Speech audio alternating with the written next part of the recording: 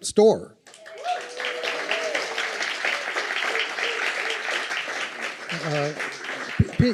P&P has been at the wharf now for more than 6 years, but we were at the other end of the wharf, as many of you remember, and we only recently, in the last couple of months, relocated to this lovely and somewhat larger space. And it's particularly fitting to have as our inaugural event here a book that features several key Washington politicians and examines a major trend in American politics. The book is The Rebels, Elizabeth Warren, Bernie Sanders, and Alexandria Ocasio-Cortez, and the struggle for a new American politics.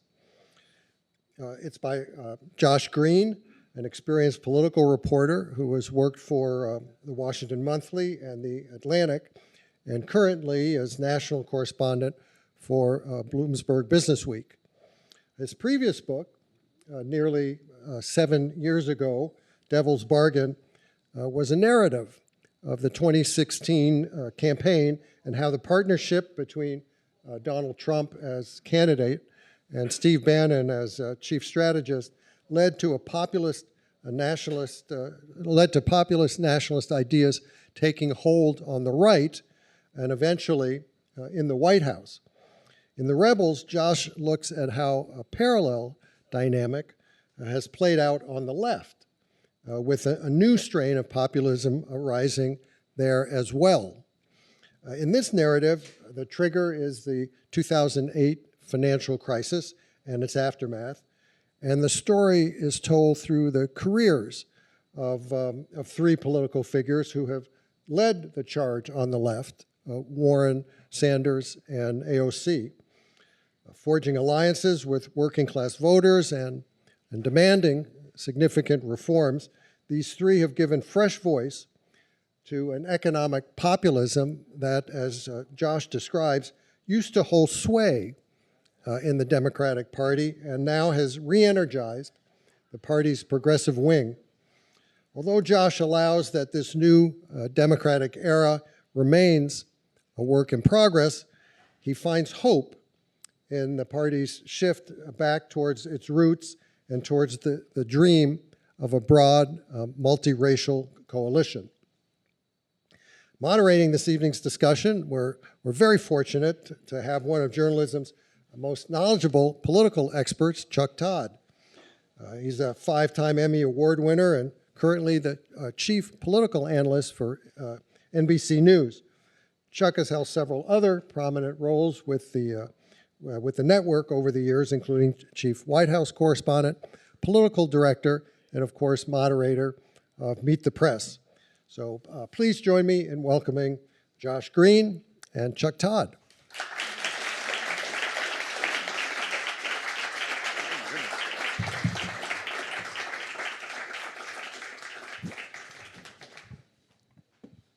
Wow, thank you. All right.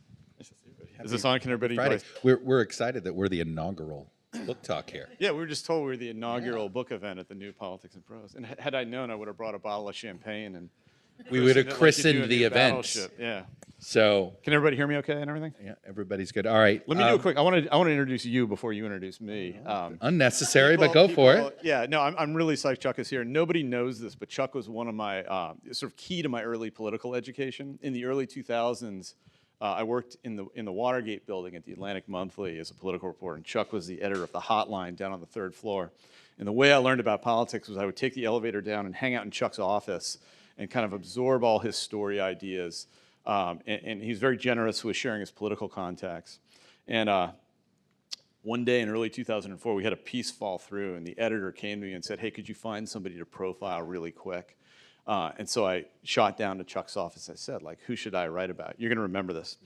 And he said, you know, you should go out to Illinois to the Democratic Senate primary. There's 2 really interesting candidates there. One of them is a math genius who made his fortune counting cards in Las Vegas and then spun it into a hedge fund. The other one, the guy Chuck thought I should write about, was this charismatic young African-American state senator. So I, in all my wisdom, went out and I profiled the card counter, who a week after the piece comes out, blows up in this epic scandal and is never heard from again. The guy that Chuck wanted me to profile, which I did not profile, was named Barack Obama, and I hear that he's gone on to have quite a successful political career. Right. So ever since then, I've learned, like, Chuck is sort of the first guy I turn to for political wisdom, and I'm thrilled to be here doing that. Do you remember that? I remember that. Blair Hall was the Blair card Hall. counter. Yeah. That, I always say this about politics and people that get to the presidency. Look, you certainly need some level of ability to get to the presidency, but you need some interesting luck. And Barack Obama's opponents in that U.S. Senate race, he had the card counter, who was the self-funder, who he was not defeating in that primary. That's right. Until that guy imploded. And then he's up against, on paper, a terrific recruit. A guy named was Jack Ryan. Jack Ryan. So just a great name, right? Sounds like a Jack Ryan.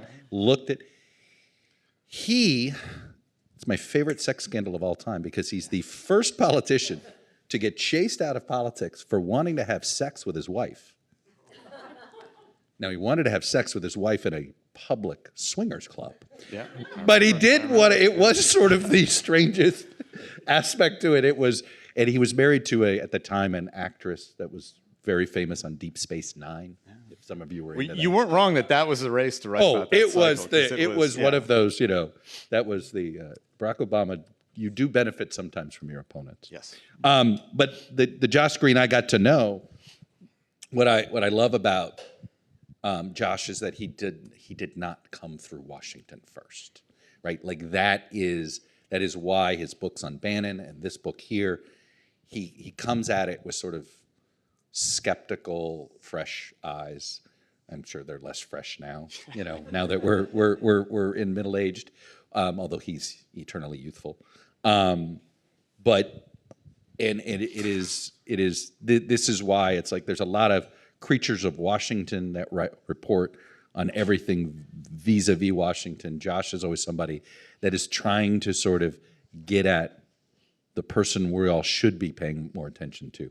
Look, he focused on Steve Bannon before any of us had the stomach to do it.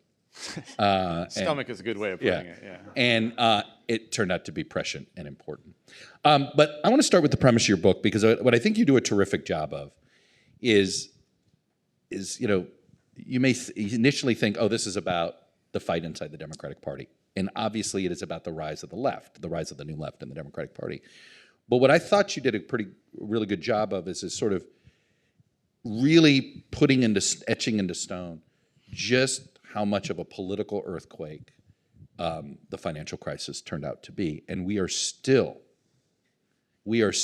somehow that is still a bigger political earthquake than COVID. Yeah. And there's a reason for it, but I'm going to shut up and explain that larger framing before we start to get into the individuals. Yeah, I mean, to me, the 2008 financial crisis and the aftermath was sort of the defining event the defining political event of my adult lifetime. The crisis and especially the aftermath. And I had an interesting glimpse of it. I was, as we've discussed, I was a political reporter for The Atlantic at the time. And in my day job, I got to embed with Tim Geithner, Barack Obama's Treasury Secretary, right when Obama took over, sort of at the depths of the crisis. But I was also a freelance columnist for the Boston Globe, and got to know Elizabeth Warren a little bit before her real political career, because she was such an important Boston figure, and because a lot of Democratic senators, Chuck Schumer and Harry Reid in particular, had kind of grasped onto her as being this important advisor and had brought her to Washington. And as soon as the Obama administration took over, she became, or maybe it was even before then, she became the oversight cop, or one of the oversight cops for the bailout money. So she now had this public platform. And it just struck me, during the day, I'd be hanging out with Geithner, who'd think, the administration was doing a great job in coming back from the crisis, and that everything was going to be happy, and that Obama was going to be this great historical figure. And then I would, spend the afternoon with Warren, who was angry that the middle class was being forgotten and that all the banks were getting bailed out. And so there was this really interesting kind of split screen that evolved from that. I think there's a scene in the book at the very end where Geithner sort of wakes up and realizes it's after Ted Kennedy lost, or the Democrats lost Kennedy's special reelection seat, looked like it was going to kill Obama's agenda. And Geithner's sitting there with me in his office, sort of realizing, oh my God, like America hates us, and there's this huge backlash coming. To me, that backlash was really kind of the genesis of my last book, Devil's Bargain, which was about right-wing populism. But I'd kind of come out of the left policy world and had known Warren and followed this story a lot. And so for this one, I wanted to go back and look at the rise of populism on the left, which I think has been such an important shaping force in Democratic politics, and including in Joe Biden's White House. So what is the difference between, I hesitate to call it Trump's populism, because he kind of is a cipher, right? He kind of just glommed onto it. In fairness, Bannon is sort of a little bit more of a true believer on this. What would you say is the biggest difference between what Elizabeth Warren wants to do with the banks and what Steve Bannon wants to do with the banks? That's a great question. I mean, I think of Bannon's populism and Trump's populism as being more culturally focused than economically focused. I mean, certainly the animating issues for both those guys are immigration, and there's a steady stream of xenophobia and all that coming out of there. Although Bannon, I think, understood the rhetorical power of economic populism. If you go back and look at the campaign ads that Trump ran in 2016, half of them were about immigration and anti-Muslim stuff, but half of them were about anti-Wall Street. And you would have Jamie Dimon and Janet Yellen and Lloyd Blankfein, who was the head of Goldman Sachs at the time. So I think Bannon understood that component. To me, Warren and especially Bernie, and AOC to an extent, are more focused on the economic side of things and in steering government action in a direction that benefits the middle class, I think, more than a Steve Bannon would want to do. There's something kind of destructive about Bannon's view of economic populism. I don't think he'd mind if the banks failed and sort of crashed, but I don't think he'd be bending over backwards to be, sending big stimulus checks to working class people, that sort of thing. But it's worth saying too, there is a little bit of an overlap. I mean, Biden has decided to hang on to Trump's tariffs on Chinese imports. And Economic so nationalism, this is now a bipartisan thing, isn't it? I think it is for certain elements of the Democratic Party. And what was interesting to me is that was really a banner that I think Warren first and then Bernie kind of carried forward in Democratic politics. And Biden, whose political persona was always kind of working class, union, Scranton Joe, but was known early in his career as being a great friend of corporate America, has really kind of come around on that and taken up their version of economic populism to the extent that you now see him marching on UAW picket lines and that sort of thing. Joe Biden has spent his entire career, I always say, is always looking for the center of where the Democratic Party is. This is why he was a busing guy in the 70s. That's where the center of the party was. He's not a centrist. He's in center of the Democratic Party. He's sort of like truly in the middle of that. And it does feel as if, right, he shifted when sort of the Bill Clinton wing of the party shifted to the right. So did he. And then he's now seems to move to the left. Is that? It does feel as if he's trying to at least appease the left. No, that's absolutely right. I mean, Biden's first appearance in the book is, I think, around 2005, 2006, when he was the villain of left-wing folks and had this famous confrontation at a Senate hearing with Warren, who was then a Harvard law professor, fighting to push a stronger bankruptcy bill. And Biden, as a Delaware senator, was defending the credit card industry and was very kind of patronizing and nasty to Elizabeth Warren back then. But now has come all the way across. And I think this shows the influence of my characters on Democratic politics, and now espouses many of the same policies that Warren does. My favorite, nobody ever remembers this.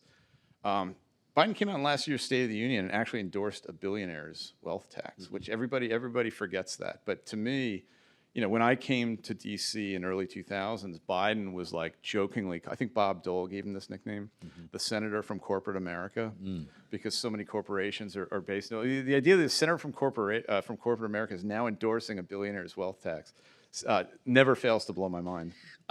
You did a good job of sort of tracing sort of, what I think of here. I'm in the middle of reading a new book about Henry Wallace. And, Henry Wallace was sort of, he was left of FDR, right? He was in that. But you had a healthy, progressive, working class wing of the party, arguably through the 50s, 60s, and then it started coming apart in the 70s. You know, I think a lot of people trace the Wall Street Democrats to Clinton, but you went further back. Explain. Yeah, I start the book, oddly enough, in 1978 in Jimmy Carter's White House. And the reason I did that, you know, as a reporter and author, I'm always interested in the kind of why, you know. And I remember when I was hanging out with Geithner and Warren, you know, and seeing the crisis unfold and seeing the government's response unfold, which is obviously back then very heavily tilted toward the financial community and bailing out Wall Street banks. A lot of what Warren said made a certain kind of obvious sense to me. Well, what about the middle class? What about people who can't pay their mortgage? What about people who are stuck? And so the kind of the question in my mind from then on was like, well, why was this government's reaction? What was it about the Democratic Party that shifted from the early, you know, from the 60s, early 70s, as you said, when they were known as the Party of Labor and the Party of Working Class, to one that was so, I don't want to say captured necessarily, but so in sync with Wall Street and the way Wall Street viewed the world that they thought that this was the way to go.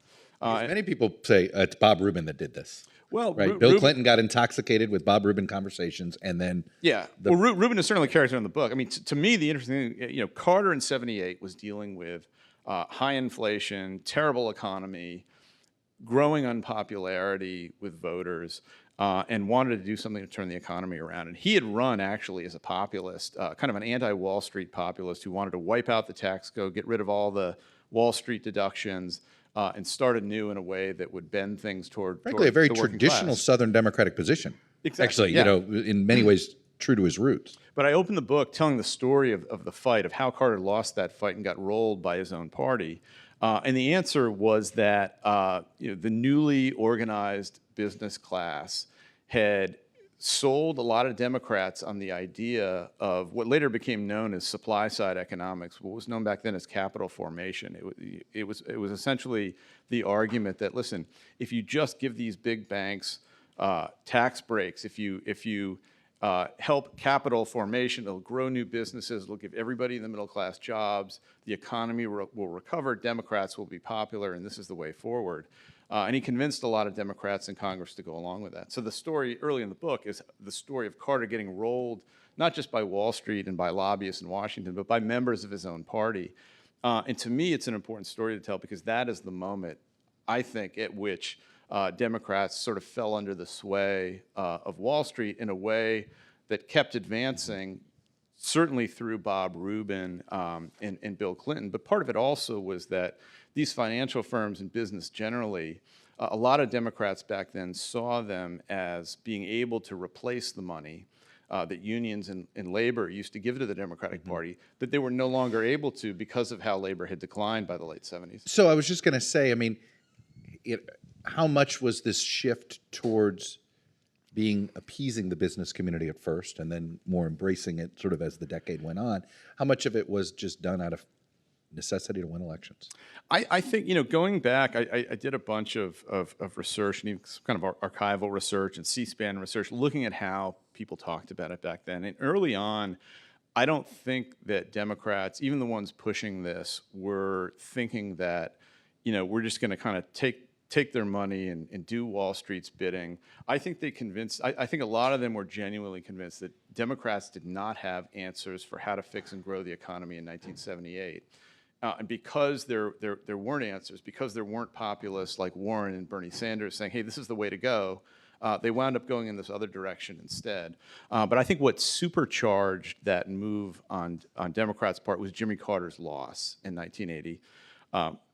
Steamrolled by Ronald Reagan, it became clear that politics was A, now going to move on to television, and B, that was going to be much, much more expensive. And so Democrats were at this huge disadvantage. A lot of them convinced themselves that they needed to have business support. And if you go back to the early 1980s, which I do in the book, you can look at all of the new generation of Democrats, people like Paul Tsongas, Bill Bradley, all of these sorts of people, even Richard Gephardt, essentially saying we need as Democrats to defer to business on this. There's one quote I want to read because this is great. Well, first of all, here's Tsongas just saying, the economy will work best when private industry leads the way. That was an idea that would not have flown even 5 years earlier. I'm not going to be a Santa Claus. I used to do a Paul Tsongas. Yeah. People used to. But think the one that I was love most, actually, the It's quote. Kermit the Frog meets Paul Tsongas. Anyway, go ahead. The quote I found that I think best expresses kind of like the cold logic and democratic calculation in kind of moving in a business direction actually came from a big neoliberal thinker in the early 80s who 20 years later wound up being my boss, Charlie Peters. He said, wow. He said, arguing why Democrats should move in a business direction, he said, you have to respect what's good about the businessman while at the same time remaining aware that they can be shits. So, I mean, to me, these Democrats knew what they were doing, but they also knew, listen, we need to find a way to compete with Reagan, and a kind of Jimmy Carter, Walter Mondale identity group politics really isn't going to fly. All right, let's fast forward to sort of Barack Obama's education into the financial system. It turned out, and you seem to paint this picture, he was much more malleable than perhaps he now probably wishes he was. Yeah, I mean, he was naive, and I don't mean that in a bad or a negative way. But look, his experience. In fairness, everybody felt naive when Lehman crashed. I mean, there was sort of it was certainly a humbling moment. True. But his experience was state senator and 2 years of being a U.S. senator with not a lot of experience in the economy and Wall Street, and certainly not those kinds of situations. And Obama ended up turning to people like Tim Geithner, Larry Summers, Bob Rubin. Basically, the Clinton financial team. Yeah, exactly. I mean, but people who team. were experienced in Wall Street financial markets, which is obviously important when the economy is collapsing, who had deep democratic ties, but who also by that point had a lot of influence on the ideological outlook of Democrats and how they govern. And that was a market-based approach that was in more or less direct opposition to the way that a Bernie Sanders or an Elizabeth Warren or an AOC, had she been really old enough and paying attention at the time, would have wanted it to. And Obama sort of deferred to these people and got a crisis, that was largely, I think, influenced by the views of the financial community, and no surprise, focused its resources on bailing out and propping up that financial community in a way that I don't think paid enough attention to ordinary middle-class folks. And that's been the great lesson that Democrats have learned. The forgotten candidacy. We've all memory hold this person. But John Edwards, in 2007. Two Americas. Was the one. It's always funny to me, we all can we talk about John Edwards anymore? You whisper about him. But he was the mainstream populist candidate in the Democratic side, and he was struggling to get traction. Yeah. Well, I mean, he was the hot guy for a while that cycle, and the Two America speech really resonated. He had obvious political talent, and if he hadn't had so many problems in his personal life, could have maybe been a fusion. Well, I wonder why Obama didn't adopt the Two Americas. I think anti-brand to his, because his whole brand was we are red America, white, blue America. We're the United States of America. So in some ways, Two Americas was almost counterintuitive. I think that's what exactly he was trying to right. preach. Yeah, I mean, he was still looking at a kind of post-partisan politics, which seemed possible back then, bridging red and blue. Awfully naive now. Yeah, awfully naive. Yeah. So the thing that I was struck by in reading this book over the last couple of weeks is, where are the rebels now? Are they? I say this in that I know they're there, but is it? Well, it's Biden's presidency. Trump's a real challenge. We're going to keep our heads down and wait for the next moment, or what? Yeah, I mean, I think, and I sort of get to this at the end of the book. The measure of success when I was traveling with Warren and for a while with Bernie in the fall of 2016 and the early months of 2020 during that Democratic primary when they were both running for president was, of course, well, if one of these guys wins, we'll have a true populist as the Democratic nominee, and in the White House, that was their big hope. It didn't happen. There was a lot of despondency on the left in the aftermath. But if you look at the way Biden has governed, rather than winning the nomination and pivoting to the center the way people traditionally do, Biden locked up the nomination, kind of pivoted to the left. And as a president, he has worked to enshrine a lot of the policies that all three of these characters were pushing, not just in the multiple rounds of stimulus in response to the COVID crash, and the beefed up unemployment benefits and the student loan forgiveness and eviction freezes and small business loans and all the stuff that should have happened that Warren wanted to happen back in 2009 and didn't. This time they did. And not only that, but Biden also passed the biggest climate bill probably in U.S. history, which was a big victory for Ocasio-Cortez, even though it wasn't touted as a climate bill. It was sort of buried in the IRA. Because that's what it took to get Joe Manchin and Kyrsten Sinema on board. But I think one of the reasons that these three characters have been so quiet is because they do have so much influence in the Biden White House, not just in terms of personnel. As you know, Warren likes to say personnel is policy, and a lot of her old staffers are in there. But because I think they realize, I guess this would be my view. I don't know that it's their view, but I think Biden has managed to accomplish more in terms of populist policies and getting them into law than a President Sanders or a President Warren could have. Because Does in a Warren know 50-50 this? Senate. Do you accept that premise? I think you're right. I think if you dosed her with truth serum, she might have another chance to do that. But it took somebody like a Joe Biden to get Joe Manchin and Kyrsten Sinema to go along with spending this kind of money, passing these kind of policies. And I think that somebody like a President Bernie Sanders would have coded as too radical for Manchin ever to succeed. So, the thing I point to, the measure really is, look, if any of the three of these candidates were unhappy about Joe Biden's presidency, they could have challenged him in the primaries this year. AOC turns 35 in October, and so she could technically run for president this cycle. And the fact that none of the three of them have chosen to do so, I think, reflects the fact that not only that Trump is a threat, but that they're getting a lot of what they want. Let me go back to, let's say Elizabeth Warren. What did she, without me putting, what did she want to have done in the financial crisis? Is it simply guaranteed no foreclosure of a home worth $500,000 or less? I mean, is it something like that? I mean, I certainly, looking at how we handled COVID, which is just, I always look at it. We had a choice between a depression and inflation. Give me inflation every day of the week, right? I think we've all, what was life like in 2009 and what was like, I think we will, if you experience both, you would take inflation. What would Warren have done? Well, Would you she can have go done that? back. You can go back and look at what it was she was suggesting at the time, because she was never one to hide her light under a bushel. She had all sorts of ideas about what Geithner and Obama should be. I mean, she was really, before she was anything else, she was sort of Tim Geithner's nemesis. Right. And as I write about in the book, would go on the Daily Show and sort of proselytize on behalf of her ideas. There's a great scene that you paint in there with Geithner at Treasury in this ornate room in his first meeting with Warren's commission. Yeah. It's quite I don't want to spoil it too much, but it's just, you paint the visual that this really was these two. Look, I heard plenty from Tim Geithner about his feelings about Elizabeth Warren. Yes. I was also in the middle of writing a book about Obama at the time. Yeah. And it was, oh yes. Not a lot of love lost. Warren was probably the most unpopular person in that West Wing for a period of time. I think for a pretty long period of time, yeah. But Warren back then had plenty of ideas about what the government should be doing in response to the crisis. You can go back and find them all, and there's a laundry list. Obama did almost none of them back then.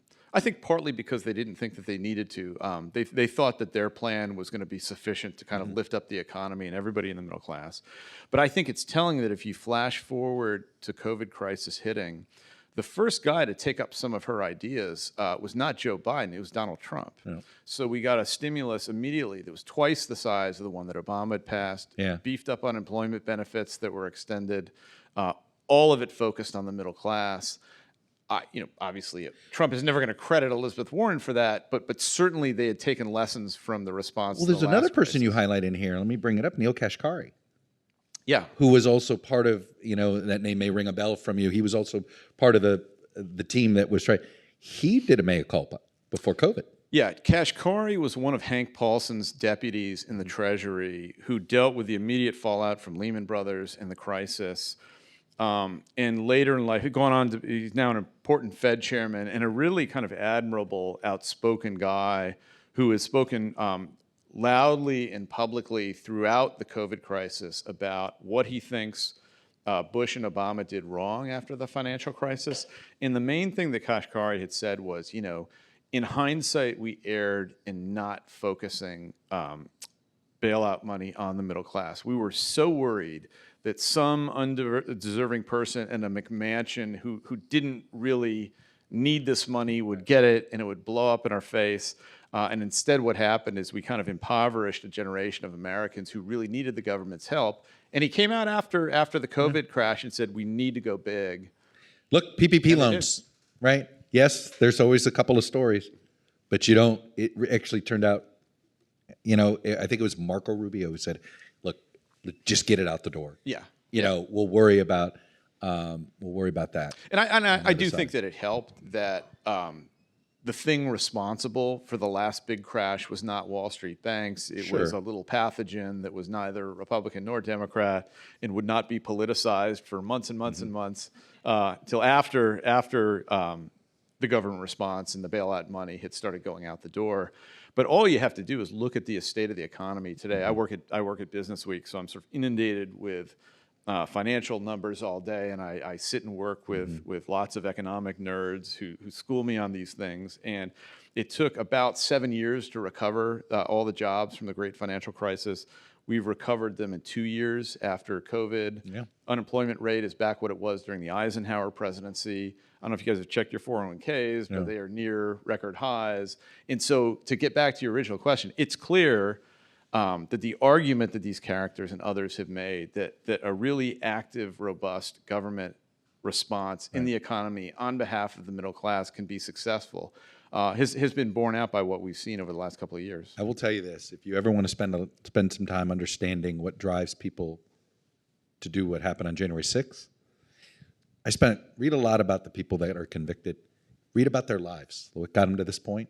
It's remarkable how many of them got hit hard during the financial crisis.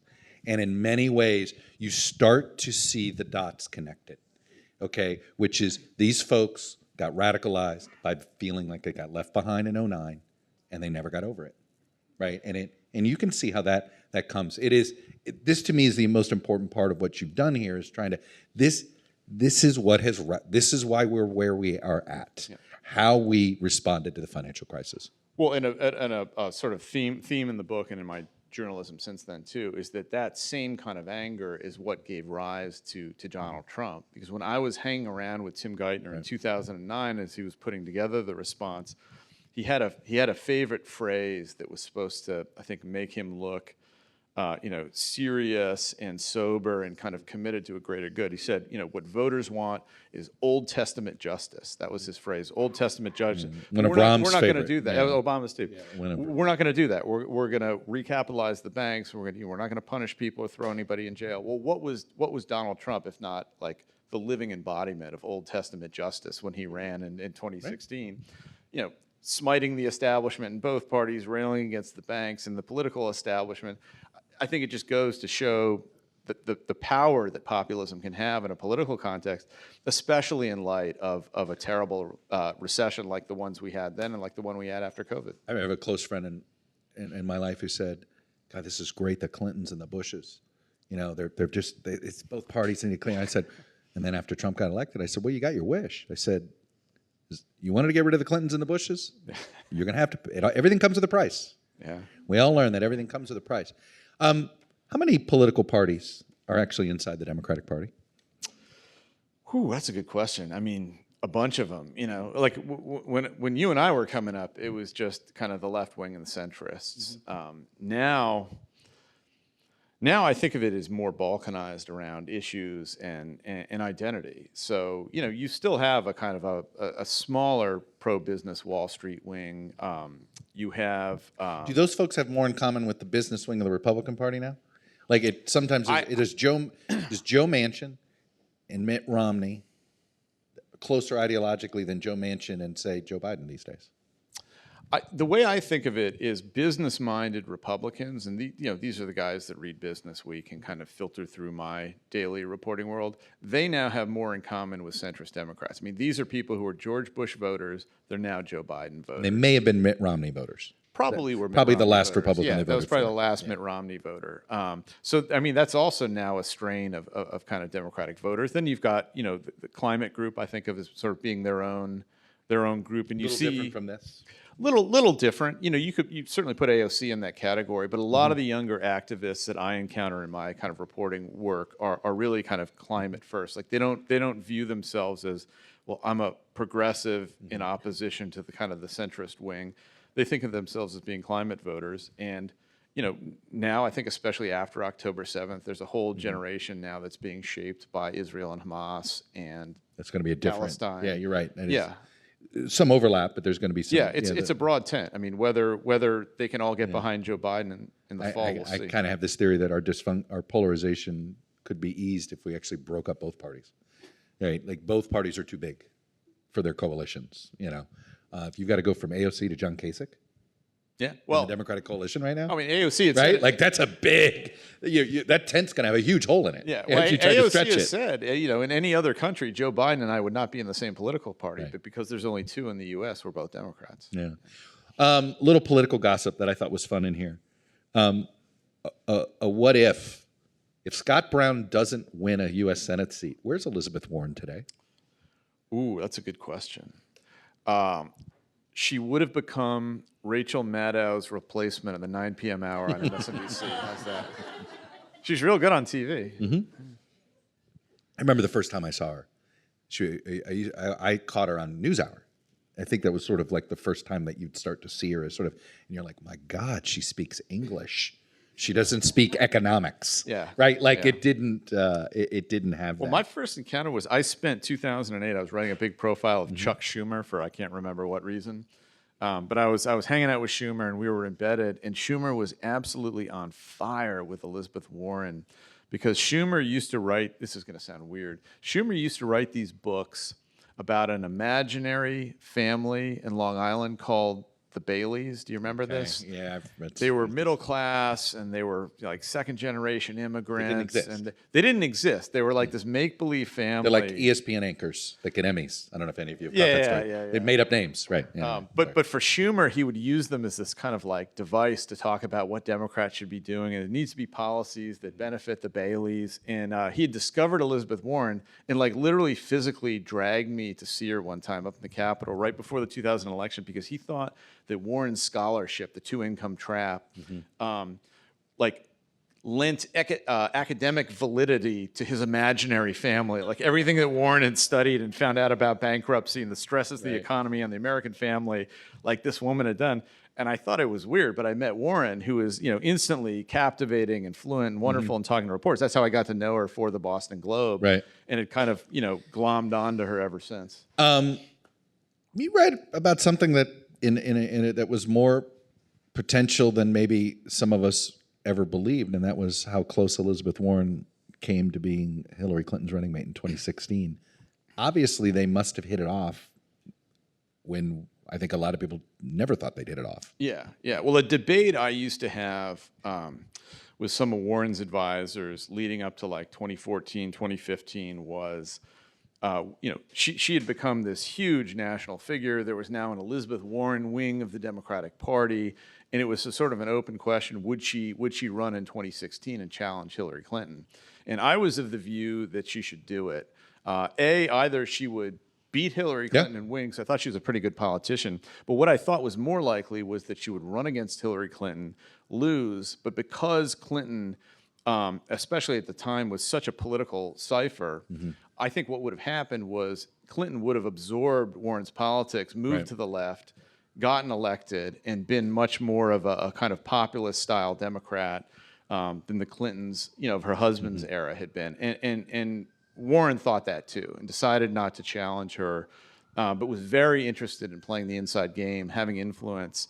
And one of Clinton's staffers, a guy named Philippe Rines, who I know you know, had become consumed during Clinton's campaign about the idea of, we need to do something to kind of appeal to this populist left, and wrote a long memo, which I got a hold of for the book, sort of making the case, laying out the case for why Elizabeth Warren would be a good vice president. And the two of them met in secret. They hit it off pretty well. I think what happened in the end was that Clinton might have worried that Warren would outshine her, and instead chose the kind of blandest guy she could in Tim Kaine. But you wonder what history would have been like running against Donald Trump if you'd had a populist like Warren on the ticket. The thing about Elizabeth Warren, and I'd love for you to speak to this, is I think there's somebody, and by the way, I know we're getting towards the end. If you do have a question, line up now, and then we'll take them over here in the last couple of minutes that we have here. You're welcome to do that. But Elizabeth Warren is somebody who I think gets horrendous press, and when you spend time with her, you don't understand why she gets horrendous press. I think she does small rooms really well. Yeah. Like it is hard not to be captivated by her in a small room. Yeah, I think her political superpower, and this translates into kind of the small room vibe, is that she's able to take really complicated stuff, not just boil it down into kind of layman's language, but make it sound like just plain common sense. She's a wonderful explainer, and the way she explains things kind of leads her audience to believe that, well, of course, what she's proposing is not radical and left-wing and crazy, but perfectly reasonable and the sort of thing we ought to do. I think that the reason she gets bad press is that her, the role she's had since 2020, I think, has been to try and push the Democrats to the left on certain issues where she can. So she's been very vocal on some things that Biden didn't want to talk about, or Democrats really aren't interested in litigating. And it just hasn't, part of it is the fact that, in a divided Washington, and even before, with a 50-50 Senate, there's just not a lot of radical things Democrats can do. When you need to convince Joe Manchin and Kyrsten Sinema in order to get anything done, your focus is going to be on the center. It's probably not going to be on the sorts of things that Warren wants to do. Let's pop a question. Go ahead. Hello. First of all, I'm a huge fan of your books. Thank you. Devil's Bargain is one of my favorites. I still recommend it to people all the time. My question is actually comparing that book to this one. One of my favorite parts about that book was the extensive treatment that you gave the Mercers. Is there an equivalent on the left? That's a great question. Somebody asked me the other day, who's the Steve Bannon on the left? I don't think there is one. The Mercer family, for people who don't know, Bob Mercer is a wildly rich, reclusive hedge fund manager who, through his daughter, Rebecca, funded Breitbart News for a number of years, which was Steve Bannon's website, sent a ton of money to Donald Trump, was like basically the Steve Bannon patron. Steve Bannon patron, but also Donald Trump patron back in kind of 15 and 16, like the money behind Trump. I don't think that there is. I mean, I guess if you went on Fox News and asked that question, the answer would be George Soros or somebody like that. But I don't think that there is a particular, like, moneybags, Democratic rich person who pulls strings or has influence in quite the way Mercer did. And I don't think that there's really a Steve Bannon figure on the left. But there is an attempt. Too. What is it? Is it Reed Hastings? Is he the LinkedIn founder? Yeah, the tech bros. The rich tech bros are always. They're trying to play a role, right? I've been around long enough that I've seen rich tech people with lots of money in a real naivete about Washington and how politics works think, oh, well, I'm going to throw all my money and I'm going to solve for this and move fast and break things and completely reorganize American politics, and it never works. Thank you. Thank you. Are you, what do you think, I think one of the biggest challenges that Joe Biden has is going to be explaining what a second term. What is it that we're getting with a second term, right? Part one of his argument is you got to stop Trump. But part two of the argument is going to be, and here's what I'm going to do. Yeah. What do they want to hear? Because right now, he's not articulating any second term vision at all. And at some point, I know Bernie's going to get cranky about this. Yeah. And he's going to start It's about time. We've got to have a vision, you know. You do that well. Well, you know, Chuck, Josh. Let me finish. Anyway, what do they want to see? And I assume if Biden doesn't do it, they're going to fill in the blanks. Yeah. It's funny. The people that I talk to in my professional life who are sort of most frustrated with Joe Biden are Democratic elected officials because of that exact question. There really isn't a second term agenda. Right. And the stuff that Biden does talk about, while not invalid, are these kind of gauzy notions of, well, we have to preserve American democracy and reject authoritarianism. But I think that the problem that these three would have with that is, listen, you're going to get the democracy voters. You're going to get the people who live to hate Trump. They're going to show up and vote for you or whoever the Democratic nominee is, on the ticket. It's the people like the ones that you talked about who've been buffeted by the financial crisis or the COVID crash, or people who are just, struggling to make sure that their kid can go to school, that they can fund their retirement, that they can pay their mortgage. People with ordinary kitchen table concerns who might look at Joe Biden and think, yeah, that guy looks like he's lost a step, maybe. What's he really going to do for me? I think what they want to hear is a clear second-term vision that focuses on those kinds of things and lets voters have a sense of, okay, if I hold my nose and vote for this guy, here's what we're going to get. And maybe I need to go back and through this, but there's a name that is rarely printed in this book who is perhaps a future player in Democratic politics, and it's the vice president. Where does she fit in all this?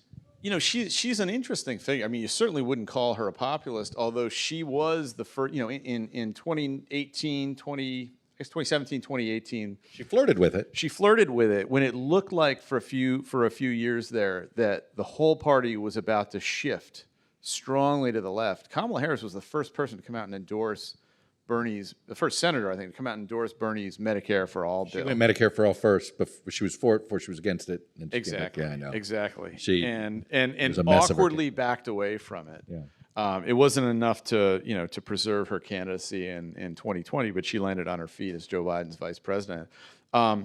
She's not a name that comes up a lot in my conversations reporting. Doesn't that say in something? 2028. Like she's not seen as sort of, but then again, Biden was sort of it's funny how much of a backbencher you paint Biden as until he's the nominee. Yeah, I mean, you really would. Look, when he, I mean, I was just saying this at dinner. I mean, I remember in 2020 in the Democratic primaries, I was sort of hopping back and forth between Bernie and Warren for this book. Because that's where people were. Yeah, well, and also Nobody was going to the Biden nobody was events. going, but there was a Biden event near my hotel, and I went there.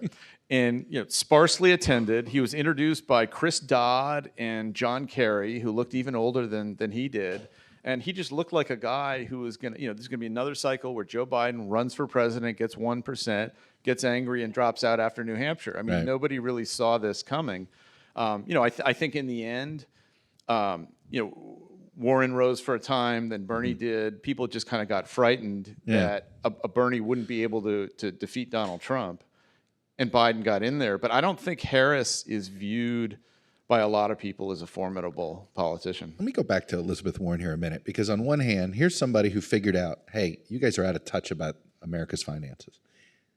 But there is this sense that this wing of the party is out of touch with the culture and the middle of America. Do they acknowledge this?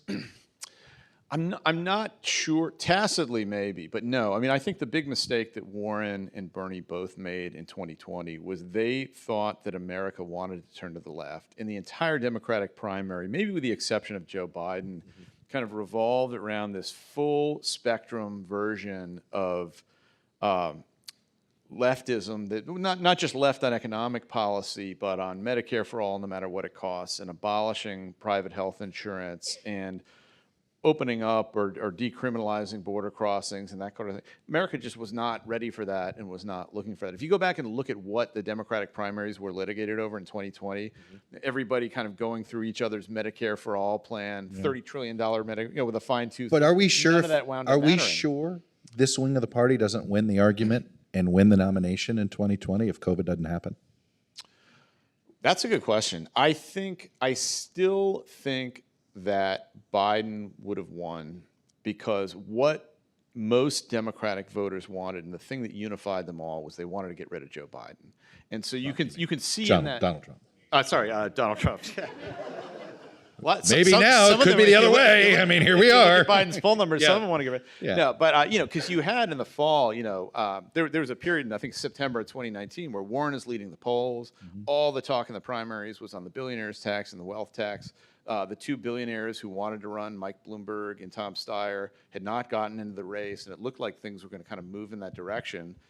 She faded. Bernie came up, and then you get to this period in March where everybody sort of has wait a minute. Do we really want to risk nominating this Bernie guy Sanders, to run against Donald Trump? And in the end, people decided they didn't, and that's how we wound up with Joe Biden. And that's Biden's best case again this time around. Isn't there a huge difference between Bernie and everybody else? In that Bernie's just believed this from the day he woke up. Okay? When he was, came out of the womb and he was fighting the billionaires and the millionaires, right? Yeah. Thomas Dewey, go to hell, right? Like he was, where Elizabeth Warren and AOC lived the life they lived brought him to this place. I guess is sort of. I think that's right. I mean, Warren was a Republican at one point. Yeah. Right. I think that's right. I mean, I remember being in D.C. in the early 2000s, and Bernie would be like, there'd be like a 430 to 1 vote in the House or something, and Bernie was always the one. Yeah. Everybody knew who he was. Nobody. First time I put him on Meet the seriously. Press, I had the job for a month.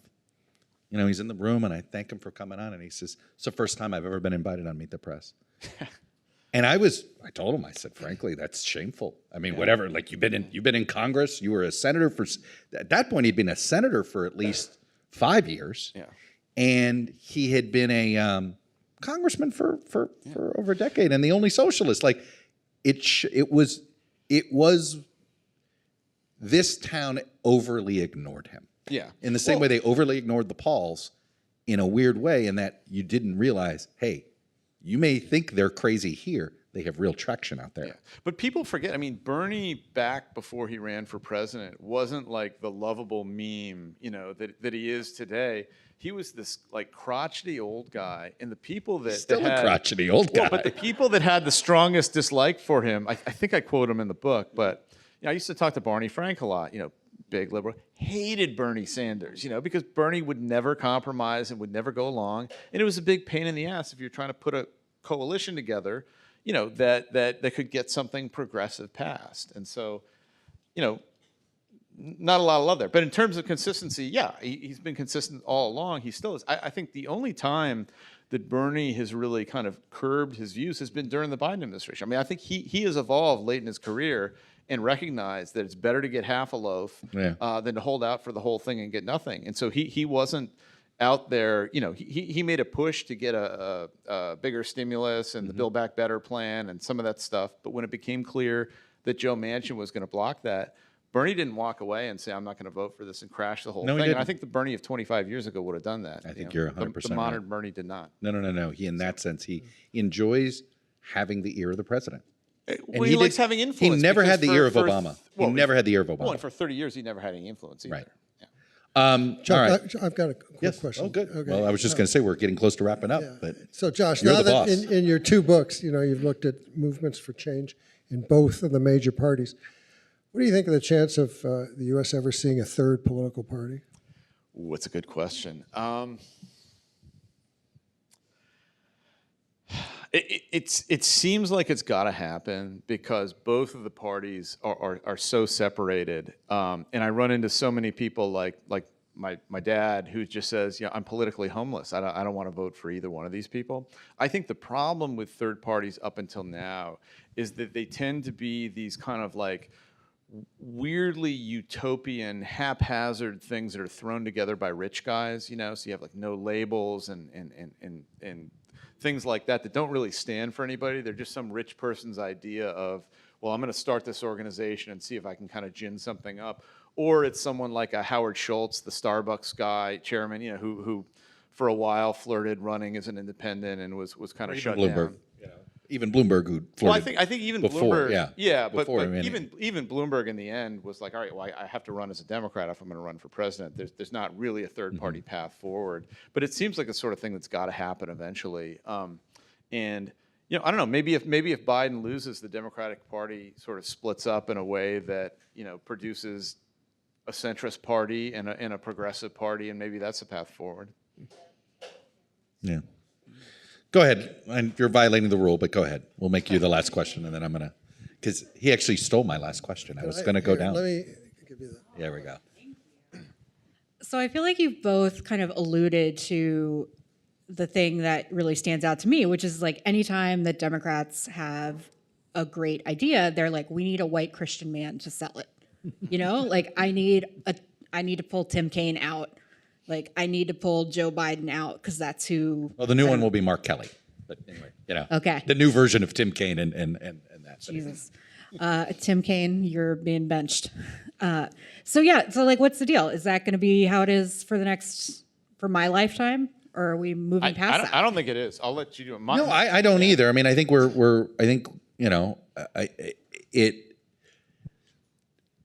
I'll be very curious to see what happens in the next open fight for the presidential campaign. So let me give you a scenario that I've been curious about. So let's say Joe Biden announces tomorrow he's not going to run. Okay? Right? Vice President Harris announces immediately. J.B. Pritzker announces immediately. Gavin Newsom announces immediately. All your favorite white guys, right, will quickly get in, right? Especially the ones that already have money. And then there's going to be a Gretchen Whitmer conversation.